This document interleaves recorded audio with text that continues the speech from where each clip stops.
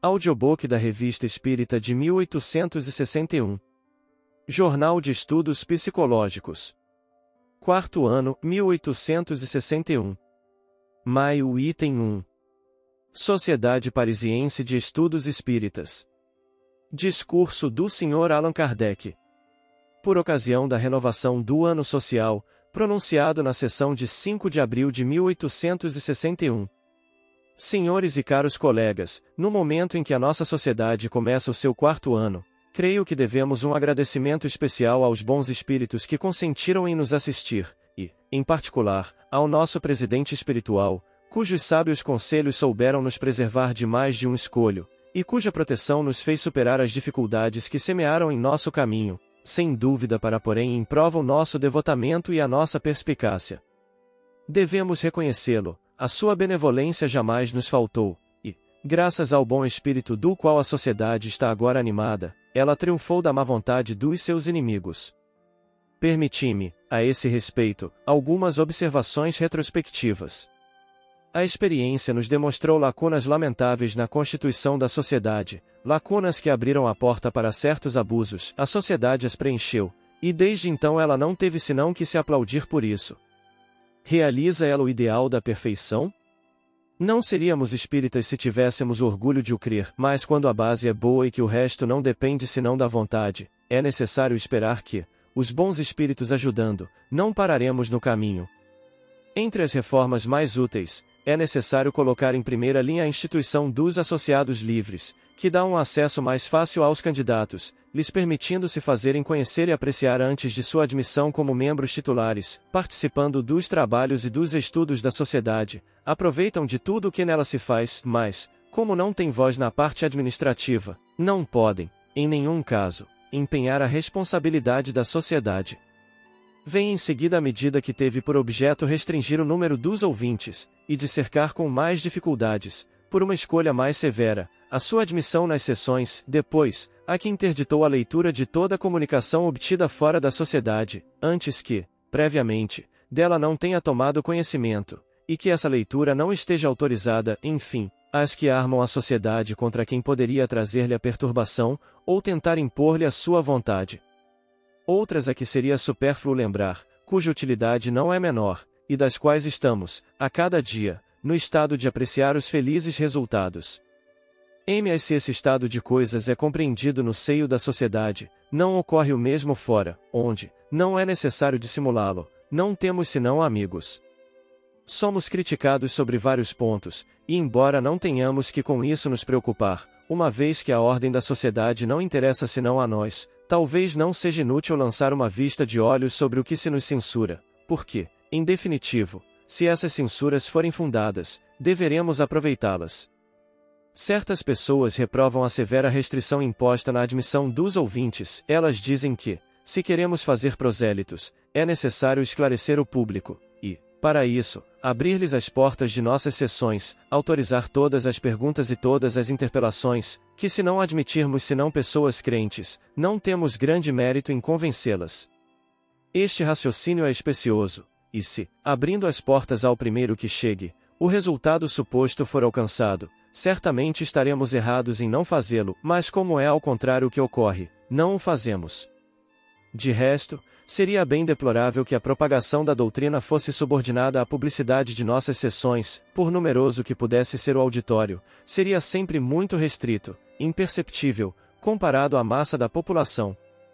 Por outro lado, sabemos, por experiência, que a verdadeira convicção não se adquire senão pelo estudo, a reflexão e uma observação continuada, e não assistindo a uma ou duas sessões, por interessantes que sejam, e isso é tão verdadeiro, que o número daqueles que creem sem nada terem visto, mas porque estudaram e compreenderam, é imenso. Sem dúvida, o desejo de ver é muito natural, e estamos longe de censurá-lo, mas queremos que se veja em condições proveitosas, eis porque dizemos, estudai primeiro e vereis em seguida, porque compreendereis melhor.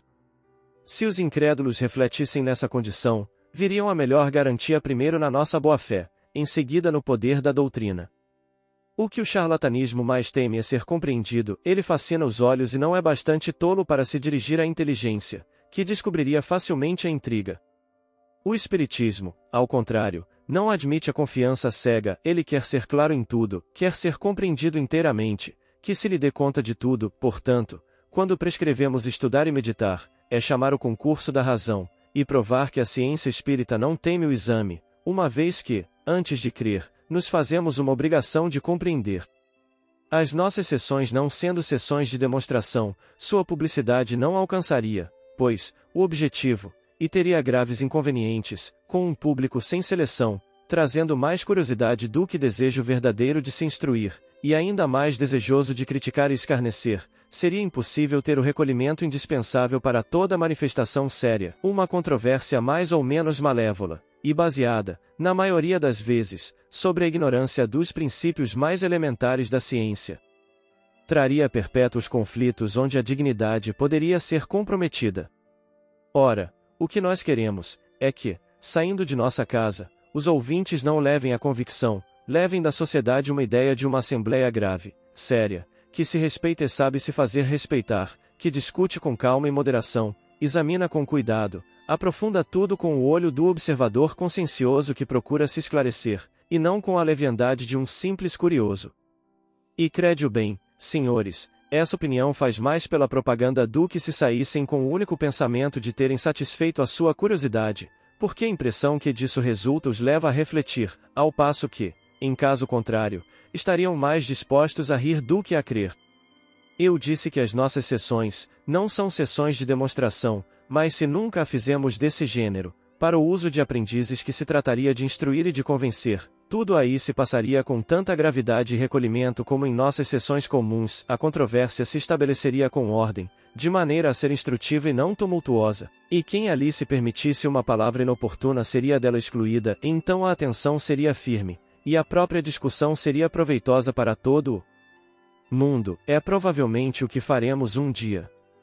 Perguntar-nos-ão, sem dúvida, por que não o fizemos mais cedo no interesse da vulgarização da ciência? A razão disso é simples, é que quisemos proceder com prudência, e não como estouvados, mais impacientes do que refletidos, antes de instruir os outros, quisemos nos instruir a nós mesmos.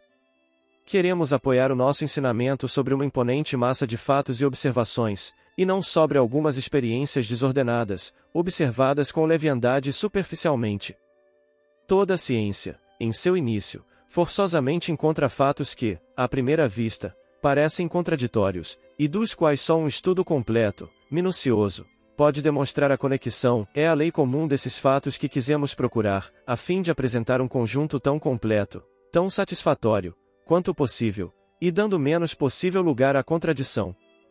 Com este objetivo, recolhemos os fatos, examinamo-los, escrutamo-los naquilo que tem de mais íntimo, nós o comentamos, discutimos-los friamente, sem entusiasmo, e foi assim que chegamos a descobrir o admirável encadeamento que existe em todas as partes dessa vasta ciência que toca os mais graves interesses da humanidade. Tal foi, até o presente, senhores, o objeto de nossos trabalhos, objeto perfeitamente caracterizado pelo simples título de Sociedade de Estudos Espíritas que adotamos.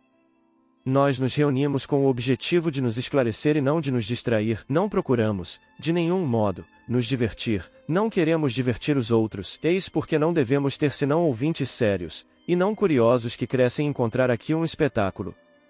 O Espiritismo é uma ciência, e, não mais do que outra ciência, não se pode aprender brincando, bem mais, tomar as almas daqueles que não são mais como objetos de distração, seria faltar ao respeito que se lhes deve, especular sobre a sua presença e a sua intervenção, seria uma impiedade e uma profanação. Estas reflexões respondem à censura que algumas pessoas nos dirigiram, de retornar sobre fatos conhecidos, e de não procurar constantemente o novo. No ponto onde estamos, é difícil que à medida que avançamos, os fatos que se produzem não rolem pouco a pouco no mesmo círculo, mas se esquece que pontos tão importantes quanto aqueles que tocam ao futuro do homem não podem chegar ao estado de verdade absoluta senão depois de um grande número de observações. Haveria leviandade em formular uma lei sobre alguns exemplos. O homem sério e prudente é mais circunspecto, não somente ele quer tudo ver, mas ver sempre e frequentemente. É por isso que não recuamos diante da monotonia das repetições, porque delas ressaltam confirmações, e frequentemente, nuances instrutivas, e que se nela descobrimos fatos contraditórios, procuraremos a sua causa. Não estamos, de nenhum modo, apressados em sentenciar sobre os primeiros dados, necessariamente incompletos, antes de colher esperamos a maturidade. Se fomos menos adiante do que alguns o desejaram, ao capricho de sua impaciência, caminhamos com mais segurança, sem nos perder nos labirintos dos sistemas, talvez saibamos menos coisas, mas sabemos melhor, o que é preferível, e podemos afirmar o que sabemos sobre a fé na experiência.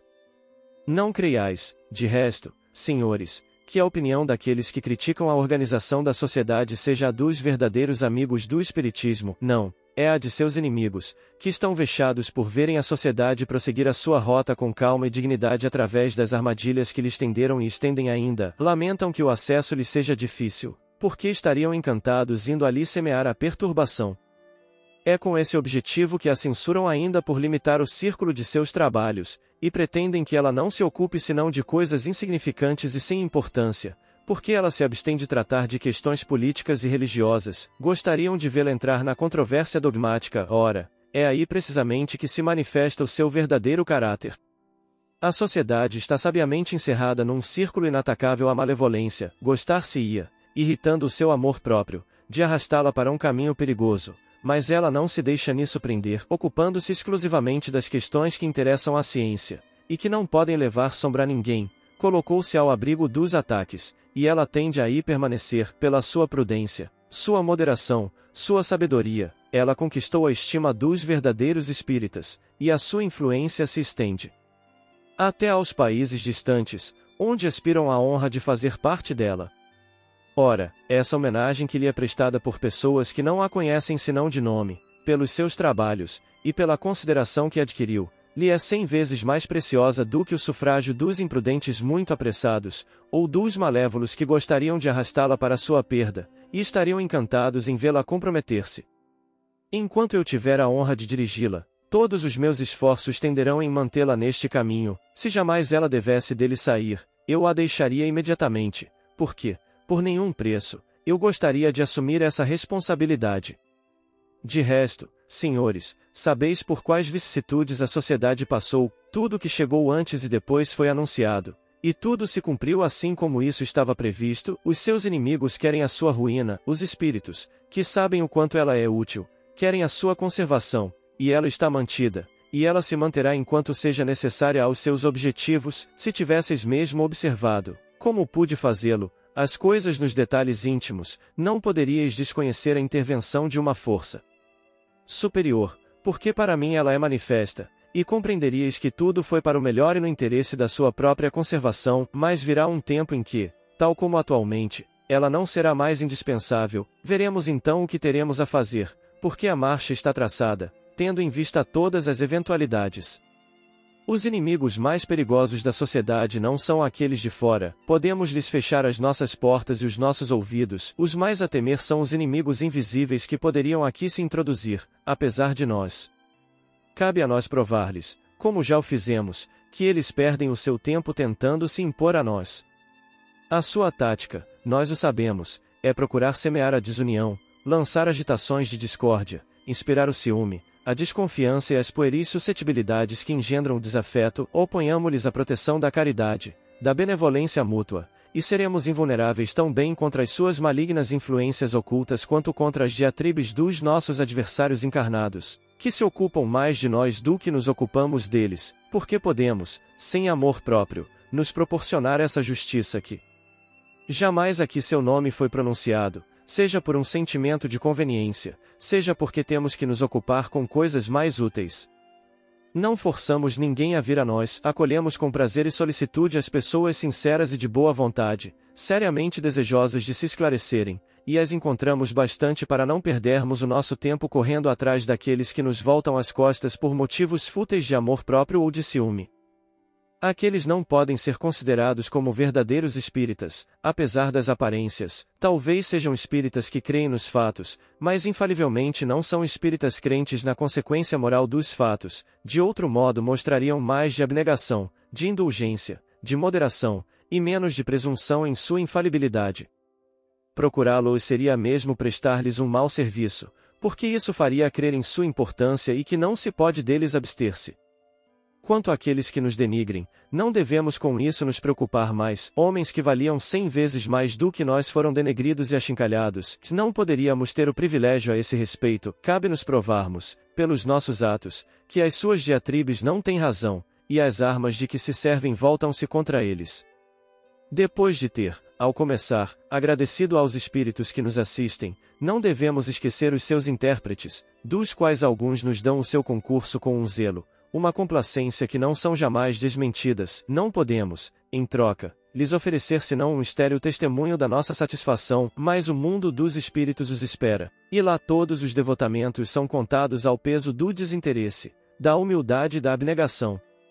Em resumo, senhores, os nossos trabalhos caminharam, durante o ano que vem de se escoar, com uma perfeita regularidade, e nada os interrompeu. Uma multidão de fatos, do mais alto interesse, foram narrados, explicados e comentados, questões muito importantes foram resolvidas, todos os exemplos que passaram sob os nossos olhos pelas evocações, todas as investigações às quais nos entregamos vieram confirmar os princípios da ciência e nos fortificar em nossas crenças. Numerosas comunicações, de uma incontestável superioridade, foram obtidas por diversos médiuns. A província e o estrangeiro nolas dirigiram excessivamente notáveis, e que provam, não somente como o espiritismo se propaga, mas também sob qual ponto de vista, grave e sério, ele agora é por toda a parte encarado. Este, sem dúvida, é um resultado do qual devemos estar felizes, mas aún não menos satisfatório e que, de resto, é uma consequência do que foi predito desde a origem, e é a unidade que se estabelece na teoria da doutrina, à medida que é estudada e que é compreendida melhor. Em todas as comunicações que nos vêm de fora, encontramos a confirmação dos princípios que nos são ensinados pelos espíritos, e como as pessoas que os obtêm nos são, em sua maioria, desconhecidas, não se pode dizer que elas sofrem a nossa influência. O próprio princípio da reencarnação que tinha, no primeiro momento, encontrado mais contraditores, porque não era compreendido, hoje é aceito pela força da evidência, e porque todo homem que pensa nele reconhece a única solução possível dos maiores problemas da filosofia moral e religiosa. Sem a reencarnação, para-se a cada passo, tudo é caos e confusão. Com a reencarnação tudo se esclarece, tudo se explica da maneira mais racional. Se ela encontra ainda alguns adversários, mais sistemáticos do que lógicos, o número deles é muito restrito. Ora, quem a inventou? Não foi, seguramente, nem vós e nem eu. Ela nos foi ensinada, nós a aceitamos, eis tudo o que fizemos. De todos os sistemas que surgiram no princípio, bem poucos sobrevivem hoje, e pode-se dizer que os seus raros partidários estão, sobretudo, entre as pessoas que julgam sob um primeiro aspecto, e, frequentemente, segundo ideias preconcebidas ou preconceitos. Mas é evidente agora que, quem se dá ao trabalho de aprofundar todas as questões e julga friamente, sem prevenção, sem hostilidade sistemática, sobretudo, é invencivelmente conduzido, pelo raciocínio quanto pelos fatos, a teoria fundamental que prevalece hoje, pode-se dizer, em todos os países do mundo. Certamente, senhores, a sociedade não fez tudo para esse resultado, mas creio que, sem vaidade, ela pode reivindicar-lhe uma pequena parte. Sua influência moral é maior do que se crê, e isso precisamente porque ela jamais se desviou da linha de moderação que se traçou. Sabe-se que ela se ocupa exclusivamente de seus estudos, sem se deixar desviar pelas mesquinhas paixões que se agitam ao seu redor, que ela o faz seriamente, como deve fazê-lo toda a assembleia científica, que persegue o seu objetivo sem se misturar com nenhuma intriga, sem lançar pedra em ninguém, sem mesmo acolher aquelas que lhe são lançadas. Eis, sem nenhuma dúvida, a principal causa do crédito e da consideração dos quais goza, e dos quais pode justamente estar orgulhosa, e que dão um certo peso à sua opinião. Continuemos, senhores, pelos nossos esforços, pela nossa prudência e o exemplo de união que deve existir entre os verdadeiros espíritas, a mostrar que os princípios que professamos não são, para nós, uma letra morta, e que pregamos pelo exemplo tanto quanto pela teoria. Se as nossas doutrinas encontram tão numerosos ecos, é que, aparentemente, encontram-nas mais racional do que outras. Duvido que isso assim seria se professássemos a doutrina da intervenção exclusiva do diabo e dos demônios nas manifestações espíritas, doutrina hoje completamente ridícula, que excita mais de curiosidade do que ela não causa de pavor. Se isso não o é senão sobre algumas pessoas timoratas, que logo elas mesmas lhe reconhecerão a futilidade. A doutrina espírita, tal como ela é hoje professada, tem uma amplitude que lhe permite abraçar todas as questões de ordem moral, satisfaz a todas as aspirações, e se o pode dizer a razão mais exigente para quem se dá ao trabalho de estudá-la e não está dominado pelos preconceitos. Ela não tem as mesquinhas restrições de certas filosofias, alarga até o infinito o círculo das ideias, e nada é capaz de elevar mais alto o pensamento e de tirar o homem da estreita esfera do egoísmo, na qual se procurou confiná-lo. Ela se apoia, enfim, sobre os imutáveis princípios da religião, da qual é a demonstração patente, eis, sem nenhuma dúvida, o que lhe conquistou tão numerosos partidários entre as pessoas esclarecidas de todos os países, e o que a fará prevalecer, num tempo mais ou menos próximo, e isso apesar dos seus adversários, na maioria mais opostos por interesse do que por convicção. Sua caminhada progressiva tão rápida, desde que ela entrou no caminho filosófico sério, nos é uma garantia segura do futuro que lhe está reservado, e que, como sabeis, é anunciado por todas as partes. Deixemos, pois, os seus inimigos falarem e fazerem, eles nada podem contra a vontade de Deus, porque nada chega sem a sua permissão, e como dizia recentemente um eclesiástico esclarecido, se essas coisas ocorrem, é que Deus o permite para conduzir a fé que se extingue nas trevas do materialismo.